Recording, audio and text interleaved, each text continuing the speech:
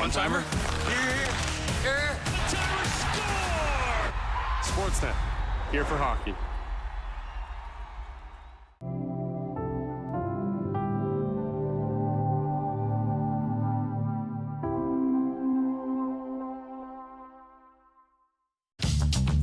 This program is brought to you by Ignite TV. Now you're in command. Visit Rogers.com for more details.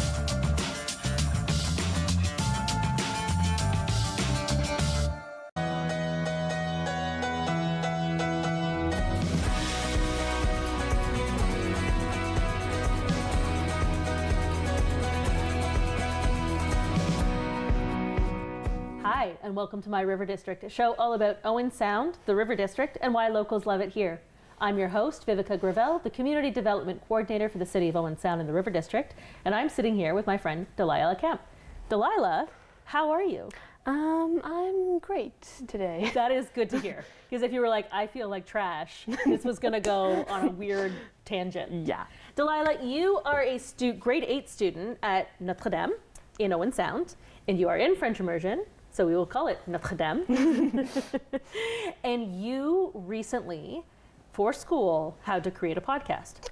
Yeah, so it was an English project we did with my English teacher where she assigned us a project where we did a podcast on any topic we felt was important. Like, I know some people did social justice, someone did video games, so it was talking about something and then recording it. We did interviews as well. I interviewed my little sister. Who I also know.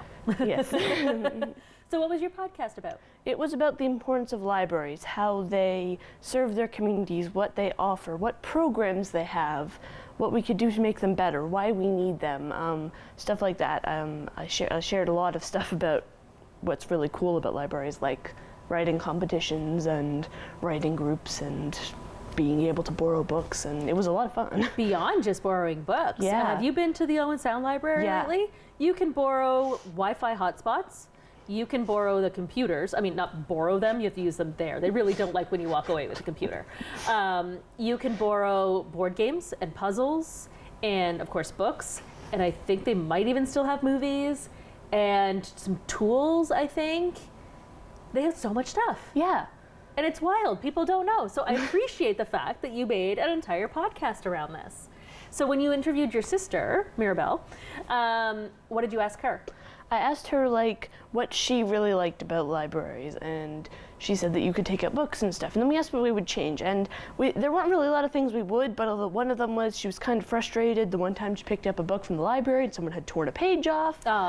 So that was the one thing she did kind of wish was people had repaired it beforehand, because she's kind of frustrated she couldn't read the page. Sure. Well, I think that's important for people who are returning the books. I mean, damage happens. You know, sometimes we're a little bit careless, or sometimes the book is just old and really well loved. But it's important for people who are returning those books to say, this page is a little bit ripped, and this and that, because often if you go into the library frequently, you'll see they just have stacks of returned books. So these people are, you know, having to go through them and put them back in order and all that kind of stuff. So I think if we all take the responsibility for the books that we're taking out of the library, and when we return them, let them know of any damage, I think it would make their job a lot easier. It would. I know one time I returned a book that like someone had ripped the cover, and the librarian checked to see if they had a note that it was ripped cover, and it did, and she was kind of like, oh, we haven't fixed this yet. Well, that's good that at least they knew that it had happened. So how did you record your podcast? I used my computer, so my school one, and it is probably 3.5 years old by now, so it took me multiple takes to get things right, because the mic does this scratchy thing where it records, but then when it comes back, you get like this repetitive audio loop.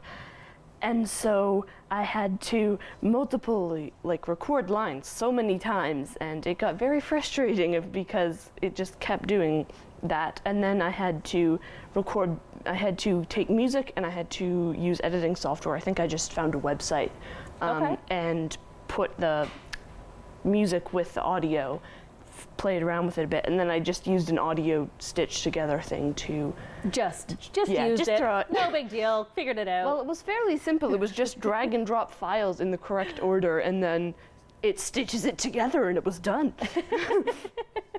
Oh my gosh, I love speaking to youths who are like, oh, it's just so easy. I'm like, oh gosh.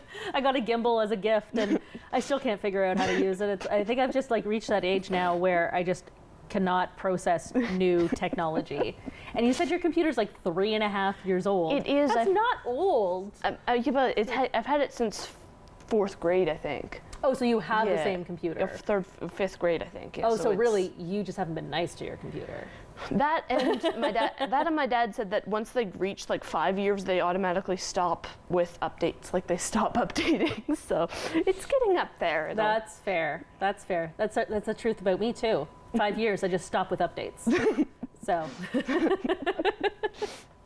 So you did this for your English class. Did you have to give your podcast a name? Like build kind of a media brand around it? I did give it a name, but I did it very quickly and I didn't really design a logo or anything for it. I was more focused on recording. That's fair. That's fair. So what was the name of it? I called it Deep Dives, which is probably overly used and super common for people to put on their podcasts. Yes. But it was the best name I could think of. That's okay. And you did a deep dive about libraries. So would the idea is if you like continued on with this podcast, would you focus on a new topic the following week? Like in theory, if you were to continue on with this? Yeah, I think I would do libraries one week, and then maybe I would do like a show I was interested in the next week, and like really dive into the family relationships and stuff, because that's all the TV I watch. Yeah. But just found family. But yeah, I would really dive into that kind of thing, and then social issues maybe, and like how to solve problems, and yeah, I would do that. I just want better recording equipment. We all want better recording equipment. I recorded something recently on my phone because we make do. Yeah. And I actually asked you the other week about what recording software and what editing software you were using, because you had mentioned one that I was using, and it turns out I abandoned it entirely because it was too much. Because it didn't download with the last update, is basically what I'm saying. My last mental update. So, okay, you're in 8th grade. Yeah. Which means you're big time next year. You excited to go into grade 9? Very, very. I want the challenge of that environment. Wow, the challenge of that environment. That's not something I would have said as a sentence in grade 8. I would have said, yeah, I'm going to high school, thanks. Okay, so Notre Dame, French immersion. You said that you don't have that many kids in your class. No, I think we have 28 now. Somebody left for Niagara Falls. Okay. So that was sad. We said goodbye to them on Friday. Yeah. But we have 3 grade 7s and we have 25 grade 8s. Out of the whole school of like 500 kids. Yeah. We have 25 grade 8s in French. So it's a very, I think a lot of people drop off after JK, SK, kindergarten, like, they drop off around grade 3, 4 when it starts to get hard. And then if you're in 7, 8, you're kind of considered to be more, like, it's not considered an advanced class, but you're definitely considered more elite because of all the different, like, things. Like, you're in French and there's only 25 of you. How crazy is this? And then there's 3 8th grade English classes who have all got, like, 27 kids each. And, I mean, there's kind of a difference, but like sometimes French is just too hard for people. So yeah, well, and some people just don't absorb languages the same. And some people, myself, I dropped out of French immersion in about grade 10 because I wanted to explore other classes that were only available because when you're in the French immersion system, there's a very specific curriculum you have to follow. So you can't necessarily go outside of that to try different things. So I was also a Frenchie. and you grow up with the same kids in small classes, which is really, really lovely. But you're right. Yeah, more and more kids kind of drop out as they go. When you're really little, it's very easy to pick up a different language. Yeah. But then when you have to start doing it like math and geography and history all in French, it gets to be a little bit much. And yeah, I dropped out because I wanted to take drama class. Oh, yeah. And they wouldn't offer it to me until grade 11 or 12. And I said, no. Nope, I will throw French in the garbage and I will take drama class because it's what I loved. And then other people I know really love having French, and they have their French certificate, which allows them, to get into different schooling and all of that kind of stuff. But I really think it has to do with your love of the language and whether or not that's something that you can kind of work through.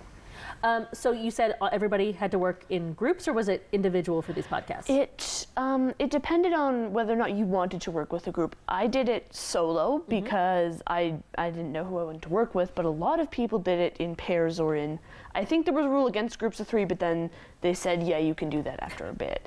So as adults, we always give in. Yeah. Well, that's cool. And you said somebody in your class did something about social justice? Yeah, I don't really know what their project entailed, but I know they were with a partner, and they were kind of confused about it, but they were going to talk about that on theirs. I think they did as the English teacher for help, but sure. Yeah, but that's kind of complicated to talk about. So. It is. I mean, it's a very broad thing to talk about. It can be like smaller individual issues. It can be kind of an overarching issue and stuff like that. But I'm not their teacher, and they're not here. Do you guys get to present these to the class? Do you have to present them to the class? That was always my favorite thing, was presenting stuff to the class. Eventually we will get to present them like once everyone's done, because not everyone is done yet, I don't think. We're getting extra periods for it. So yeah, eventually we will present, but not right now. We're working on it. I mean, probably either next week or like really late this week. Oh, okay. So. Interesting. So before Christmas, for sure. Hopefully, yes. Well, that's cool. So other than this English class where you got to do this really cool podcast thing, which I love and dragged you in here to talk to me about it, what other classes do you like and why? I really like history and geography because I have a passion for learning about stuff that happened before so that I can learn from it and, like find things to take away. What should we not be doing? What should we be doing? I love history too. I just love learning like little things. So I like history a lot for that. Like if you I learn a little extra fact, it's like, oh cool, now I know what this particular ancient Greek deity meant. I love history, math too. I really like the numbers. I like doing the calculations. I like all of that. And I mean, my dad is a math teacher, so I may have some inherited math skills, but that helps. Yes. It always helps to have, mom or dad or whatever parent you have at the time in that field. Yes, yes, it does. Yeah, my mother was a teacher when I was young, and before she had kids, she was a teacher, and she spoke French fluently. It was her first language, so French immersion was not an issue. Always had somebody there to help you, so that's great. And then outside of school, you are I do violin, I do Girl Guides, and I do a writing group at the library. Cool. So the writing group is basically Wednesdays we meet, sometimes we do prompts, sometimes we just work on whatever projects we've got. Like I probably have 5 projects going simultaneously where I work on one and then I get bored and then I work on the other and then I get bored and then I create something new and I get bored and then I remember I have to do this and I get bored and I work on that and then I get bored and then it's just this endless cycle of sounds like my brain. Projects. Yeah. So I do that a lot, and then there's violin where I just go to lessons and I practice every day. And I think I've been doing it for like 2 years now. Okay. So I've been in 2 performances that I know of. One was just in a group casual thing, and one was with an orchestra in front of a live audience. So that was a bit overwhelming, although it was fun. It was a lot of fun. I was only on there for one piece though, and it was 4 minutes, so it was okay. By yourself? No, it wasn't like orchestra. It was definitely not a solo. I was 1.5 years of experience at that point. I was not doing a solo. Amazing. Okay, we're gonna go to break, but when we come back, we're gonna talk about all your outside school extracurriculars and what teenagers are up to right now in Owen Sound. Okay? Cool. All right, we will be right back. Hi, I'm Carol Merton. We All Belong, Voices of Lived Experiences is a Rogers TV program that tells about the struggles for survival for those who are marginalized and vulnerable in our community. Please join me for Voices of lived experiences on Rogers TV.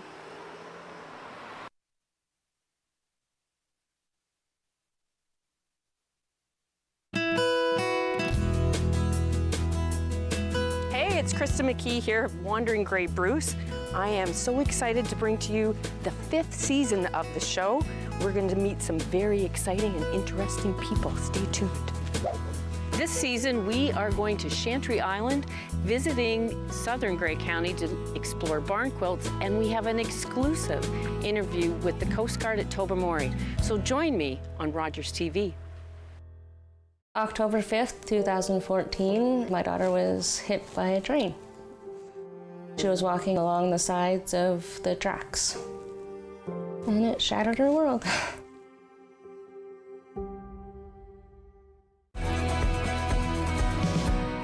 Welcome back to My River District, a show all about Owen Sound, the River District, and why locals love it here. I'm sitting here right now with a very adorable local, Delilah Kempe. She is a young person that I am very familiar with, and I dragged her in here today to talk about her school podcast.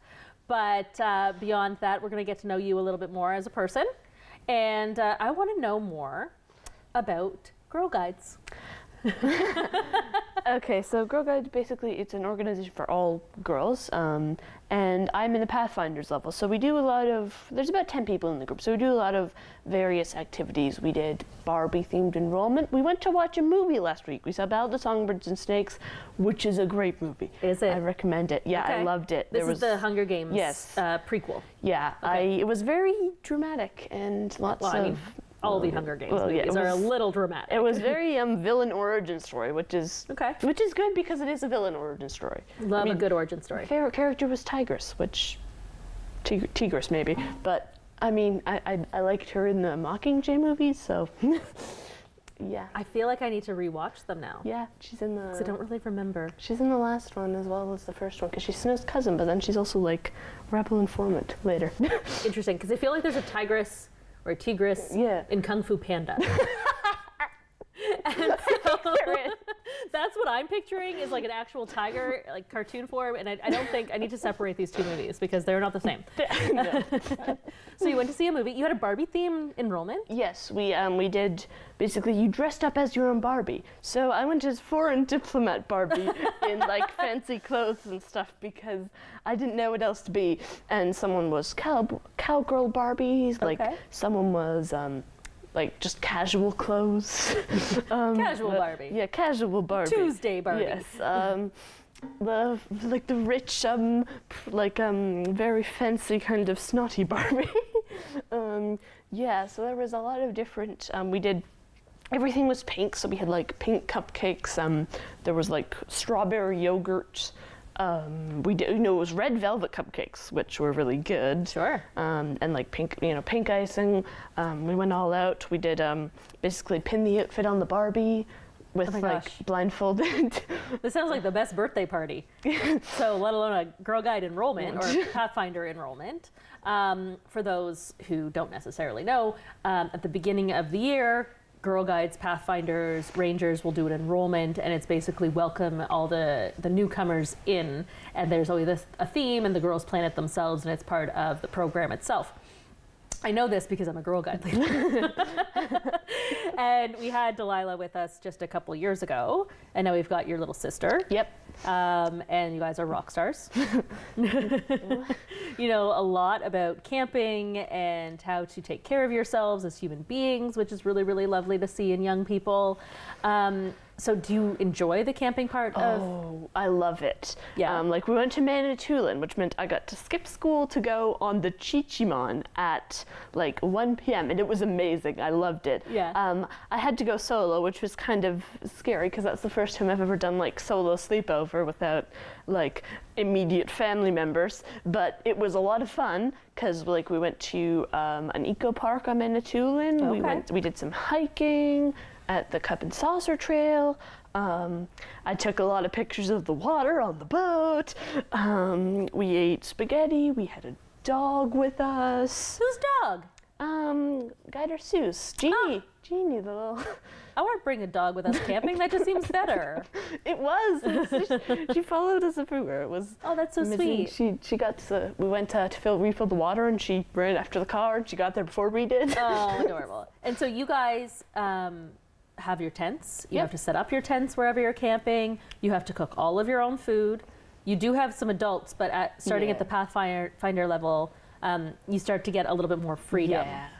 I know that at Girl Guide level, we have specific ratios, and you need to have a buddy, and you need to have, all these leaders and stuff like that. But at Pathfinders, you get a little more freedom to do fun things. Sometimes we can just do what we want and no scheduling, so we don't have to do the craft. We did like one craft for this camp from last camp that we never ended up doing, and it was like fairy lights or something. Nice. A lot more just like chilling and hanging out. Yes, a lot more. Yeah. That's cool. Less rigid scheduling. Just you go to bed when you want to. Then regret it the next day? Yep. Regret it when you have to get up at like 7:30. We went to the Dark Sky Preserve as well. Oh, cool. What was that like? It was amazing, although it kind of sucked because the moon was full, so you couldn't really see the stars as well as you could. Right. That darn moon being too bright and beautiful, terrible thing. I mean, it was beautiful, and we used binoculars to look at it. It was very cool. It was very, I mean, I went to the same Dark Sky Preserve when the moon was it was a new moon, so we saw like the Perseids meteor shower one year, just me and like my family, and then someone drove in at like 10 p.m. with their car lights on, and everybody was mad. I bet. I would have yelled at them too. Turn your lights off. Come on. Dark skies. Goodness me. So that was a really cool camp. And then right now you guys are fundraising for LEAP? Yes. What is LEAP? So LEAP is basically a large gathering of Girl Guides from all, I think it's just Ontario and Nunavut, but they might be inviting more provinces to come and join in. So it's the big camp where they have I think it can be over 1,000 girls and leaders just in the same area, and there's a lot of different activities. I have some friends and rangers who went to the last LEAP, and they said they got to do photography courses, and they got to go on nature hikes, and they did a lot of it's a week-long camp. Wow. It's fairly expensive, so that's why we're doing all the fundraising, lots of cookie sales, lots of blitzes. But yeah, we have a lot of just different stuff that we're gonna do. I think it's in past camps they've had robotics, so it's cool. very diverse range of activities. You generally pick what you want. Do you know where the camp's gonna be? I think it's in, I can't remember, I think it may be Doe Lake. It's a couple hours. It's up by Huntsville, but then you go west a bit. All right. You're better at giving directions than I am, and I drive. So take that into consideration. I know where Huntsville is. I could totally get there, and then I know the way. Awesome. And that's not this coming year, right? It's summer of 2025, I think. Right. So you've got quite a long time to be able to pay for that. That's why it's so important that people buy the Girl Guide cookies when they're out. We just had the mint in the fall, and we'll have the chocolate and the vanilla in the spring. Right? Yep. And sometimes the Girl Guides are Girl Guides, Pathfinders, Rangers, Embers, Sparks. They all kind of work together. Sometimes you'll find them at grocery stores. Sometimes there was a group of you guys recently at the farmers market. Yeah. It's what are you guys doing here? All right. And then some people go around their neighborhoods and sell them and stuff like that as well. So all of these funds go to being able to send girls to camp, or for the girls to be able to run their programs, buying craft supplies, or paying for campsites and new tents, and sometimes the food, because sometimes the camps are subsidized a little bit. Yeah. For some camps, it'll cost $20 when it actually costs about $40 a head to do it. So all of these funds raised go to paying off all of those kinds of things for the girls to be able to do it. And you are obviously an avid Girl Guider. You've been doing this. Did you do Embers? I did. I think I already did the first level of the second year of Sparks. Okay. And then I did 2 years of Embers, 3 of Guides, and then this is my second year in Pathfinders. So you have one more year of Pathfinders. One more year of Pathfinders, and then Rangers, and then. And how many years is Rangers? I can't remember. I think it's 3. Okay. But I think 15. I think it's 15, 17, 18. Yeah, in there. Yeah, and as a Girl Guide or an Ember or a Spark or a Pathfinder or a Ranger, you get to learn about cooking. You get to learn about crafts. You get to learn about how to take care of yourself in life. Sometimes we do things that are called like take it apart, and we just disassemble stuff. My sister went to one of those recently, and we brought an old broken waffle maker, and she said she had a lot of fun taking that apart. I brought my old printer once. Couldn't get one of the screws off because it's like an awkward, it's maybe like 3 inches wide. You have to get the screwdriver down there, and it has to be like a specific bolt. So I never got that thing off. Needless to say, there were also panels you weren't supposed to take off, so I didn't take them off because I'm not an electrician, I'm not a printer repair Nobody guy. expects it to be able to go back together at the end. Yeah. So those are some fun things. And then you were saying, so you also did the orchestra, so playing violin, which is really, really cool. And then you said that you participate in a writing session, drop-in session at the library. Tell me more about that. So there's a writing group at the library. It's canceled in the month of December because the program coordinator is running something else at the exact same time slot. Fair. It will be back on in January. So it's a program that is open to like teen writers who want a safe space to write, to get prompts, to get ideas, suggestions, to have someone look over the work and be like, I think there's a spelling error here, that word didn't get. Sometimes we just talk about tropes we like, sometimes we talk about something we didn't like in a book or movie. I've had so many different conversations with people over a couple of years of just, I didn't like how this turned out in the movie because the book was so much better. It's always the way. Yeah, and yeah, it's just a safe space for like teen writers to go and just meet up and stuff. It's a fairly small group at the moment. It's drop-in, so you don't have to be there every week. You can not go. You can just pop in once and decide it's not for you. I don't really know how many people we have right now, But it can have more. It can always have more. We're in like the boardroom. It's kind of like there's the check-in desk, or like the check-out desk, should I say, where you check out the books, and then there's a little hallway that goes to staff offices and stuff. But you go down that hallway and then you make a right, and there is the boardroom. However, it starts at 4:30, so if you're there early, they could be having a meeting in there. I've walked Don't on just in bust that in the door. Do not just bust it, not smart. I've walked in on important meetings before. And can people find more information for this on the library website? Yes, there should be something somewhere. I don't really look at the library website, but yeah, That's fair. There should be something on their official website of just awesome. This is when it is. That's great. Programs. And so anybody who's a teen can participate and get some focus a little bit more on their writing. Yeah. Now, with 1 minute left, I'm going to ask you a very specific question that I ask all my guests. Why do you, as a local, love it here? I would say the community is amazing. Like, I know a lot of people. There's a lot of different things I can see. Like, I have great friends here. I love the library as well. Like, there's so many cool things you can do there. And it's just like, it's a really great place. Like, with all the, like, it's fairly friendly, and like, great people, great places. Yeah, it's a great place to live. I love that answer. I am going to give you your official Locals Love It Here River District badge of honor. So you can add it to your backpack that has all these great things telling us all about your personality. So I'd like to give that to you. Thank you so much for joining me today. I learned a lot about high school and what that's going to look like for you, and what grade 8 looks like. And of course, a lot of memories about the French immersion system. Yeah. So Delilah, thank you again for joining me. This has been My River District. Thank you for joining me. Connect with us by visiting our website or email us at comments@rogerstv.com.